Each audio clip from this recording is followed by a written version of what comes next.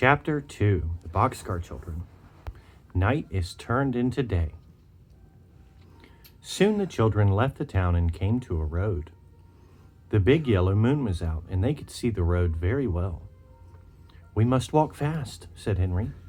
"I hope the baker and his wife don't wake up and find us gone." They walked down the road as fast as they could. "How far can you carry Benny?" asked Violet. "Oh, I can carry him a long way," replied Henry. But Jessie said, "I think we could go faster if we woke him up now. We could take his hands and help him along." Henry stopped. Mr. Krabs, please. "Where does Mr. Krabs sleep?" At his restaurant. "No, he has his own house." It's an anchor. "It's a what?" "Oh, yeah, he lives in a big anchor, doesn't he?" "Okay, can I read now?" And he works in a... And he was in a crusty... "Okay, all right. My turn now. Thank you." Henry stopped and put Bunny down. "Come, Benny," he said. "You must wake up and walk now." "Go away," cried Benny. "Let me try," said Violet. "Now, Benny, you can play that you are a little brown bear and are running away to find a nice warm bed. Henry and Jessie will help you, and we'll find a bed." Benny liked being a little brown bear, and so he woke up and opened his eyes. Henry and Jessie took his hands, and they all went on again. They passed some farmhouses, but the houses were dark and quiet. The children did not see anyone. They walked and walked for a long time. Then the red sun began to come up. "We must find a place to sleep," said Jessie. "I am so tired." Little Benny was asleep, and Henry was carrying him again. The other children began to look for a place.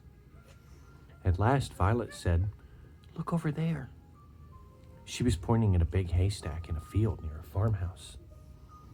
"A fine place, Violet," said Henry. "See what a big haystack it is." They ran across the field towards the farmhouse. They jumped over a brook, and then they came to the haystack. Henry was still carrying Benny.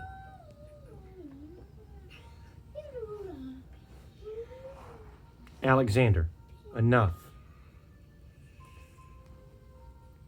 Jessie began to make a nest in the haystack for Benny, and when they put him into it, he went to sleep again at once. The other children also made nests. "Good night," said Henry, laughing. "It is good morning, I should think," replied Jessie. "We sleep in the day and we walk all night.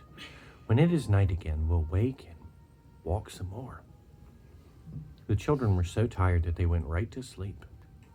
They slept all day, and it was night again when they woke up. Benny said at once, "Oh, Jessie, I'm so hungry. I want something to eat." "Good old Benny," said Henry. "We'll have supper." Jessie took out a loaf of bread and cut it into 4 pieces. It was soon gone. There's something in my tooth. "I want some water," begged Benny. "Not now," said Henry. "You may have some water when it gets dark. There's a pump near the farmhouse, but if we leave the haystack now, someone will see us." When it was dark, the children came out of the haystack and went quietly towards the farmhouse, which was dark and still. Nearby was a pump, and Henry pumped water as quietly as he could. He did not even wake up the hens and children. "I want a cup," said Benny. "No, Benny," answered Henry. "You will have to put your mouth right in the water. You can play you're a horse." This pleased Benny. Henry pumped and pumped, and at last Benny had all the water he wanted. The water was so cold and sweet, and all the children drank. Then they ran across the field towards the road. "If we hear anyone," said Jessie, "we must hide behind the bushes." Just as she said this, the children heard a horse and a cart coming up the road.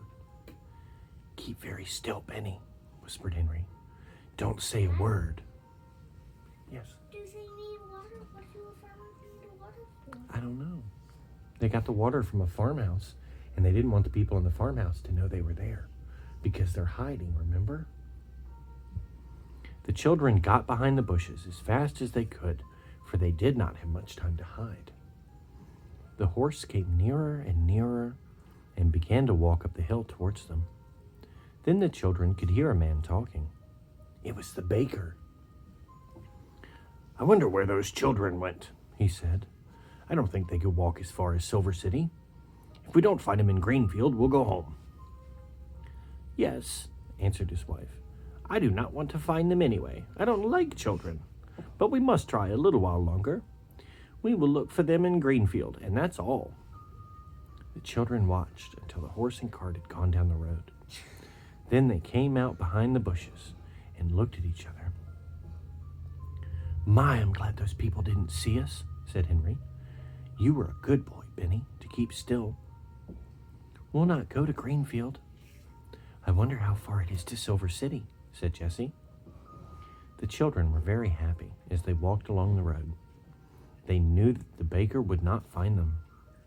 They walked until 2 o'clock in the morning, and then they came to some signs by the side of the road. The moon came out from behind the clouds, and Henry could read the signs. "One sign says Greenfield is this way," he said. "The other sign points to Silver City. We don't want to go to Greenfield. Let's take this other road to Silver City." They walked for a long time, but they did not see anyone. "Not many people come this way, I guess," said Henry. "But that is all the better." "Listen," said Benny suddenly. "I hear something." "Listen," said Violet. The children stood still and listened, and they could hear water running. "I want a drink of water, Henry," said Benny. "Well, let's go on," said Henry, "and see where the water is. I'd like a drink too." Soon the children saw a drinking fountain by the side of the road. "Oh, what a fine fountain this is," said Henry, running towards it. "See the place for people to drink up high, and a place in the middle for horses, and one for dogs down below?" All the children drank some cold water. "Now I want to go to bed," said Benny. Jessie laughed. "You can go to bed very soon." Henry was looking down a little side road, which had grass growing down the middle of it. "Come," he cried. "This road goes into the woods. We can sleep in the woods." "This is a good place," said Jessie as they walked along. "It is far away from people. You can tell that by the grass in the middle of the road."